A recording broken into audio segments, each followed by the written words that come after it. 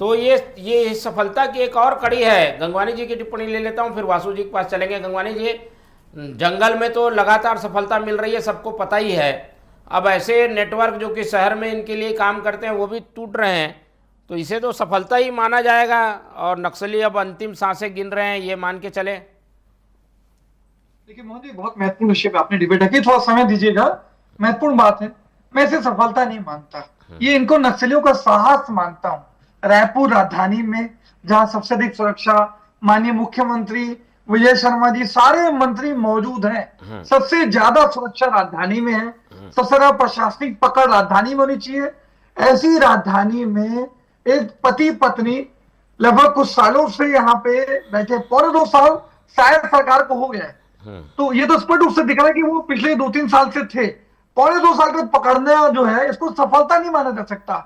इस पूरे शायद सरकार के पीरियड में पौने 2 साल में कौन कौन सी सूचनाएं, कौन कौन सी खुफिया जानकारी अपने नक्सली संगठन को दी गई, और लगातार जो नक्सली घटनाएं हो रही है, कोई बड़ी बात नहीं कि इनकी सूचनाएं, इनके खुफिया जो तंत्र, उनको जो मदद पहुंचाई गई है, ये किसी प्रकार से लोकतंत्र के अच्छा संकेत नहीं है। ये सीधा सीधा सरकार का, प्रशासन का, इंटेलिजेंस का फेल्यूर है।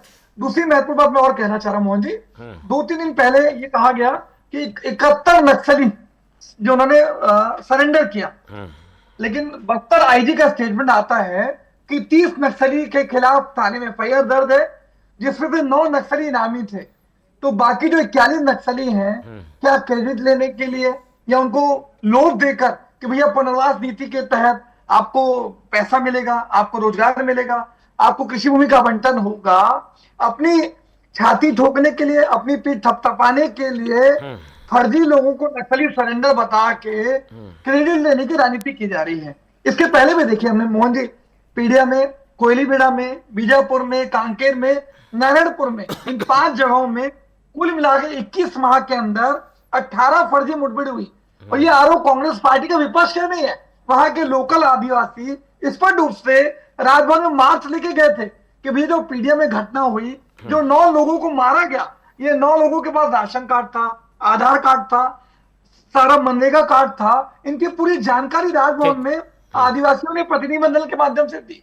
स्पष्ट रूप से साबित हो रहा था कि सुरक्षा बल जो है फर्जी मुठभेड़ के नाम से राजनीतिक दबाव में इस प्रकार की कार्रवाई दिखा रहे हैं। और एक और महत्वपूर्ण बात मैं कहना चाह रहा हूं, महेश कुडियाम जो बेचारे मध्याह्न भोजन का एक रसोईया था, उसको मार के नक्सली बताया गया, जबकि उसके खाते में, सरकार में मध्याह्न भोजन के रसोइये के रूप में लगातार उसके खाते में पैसे जा रहे थे। इससे बड़ा कोई प्रमाण हो सकता है क्या? ठीक है, ये तो स्पष्ट दिख रहा है। कुल मिलाकर सवाल क्या है? सीधा सवाल, फिर वासु जी से जवाब लेंगे। मैं सीधा सवाल, 2 मेरे स्पष्ट है। 2003 में मोहन जी भारतीय जनता पार्टी की सरकार बनी, नक्सलवाद सिर्फ 3 लोग तक सीमित था, खाद पानी देकर 14 जगहों तक पहुंचाते हैं। पूर्व मुख्यमंत्री रमन सिंह अपने गृह क्षेत्र को सुरक्षित नहीं रख पाते। आज सबसे महत्वपूर्ण बात है, केपीएस गिल मोहन जी, आप वरिष्ठ पत्रकार हैं, उनसे कहा गया वेतन लो और मौज करो, तो नियत नीति मंशा स्पष्ट है। इन्हीं के जिला उपाध्यक्ष जगत पुजारा 10 साल तक नक्सलियों को सामान सप्लाई करते पकड़ाते हैं। आ गई बात, भानु पता कोई, अब एक धर्मेंद्र चोपड़ा इन्हीं के सांसद की सवाल आ जाएगा। ठीक है,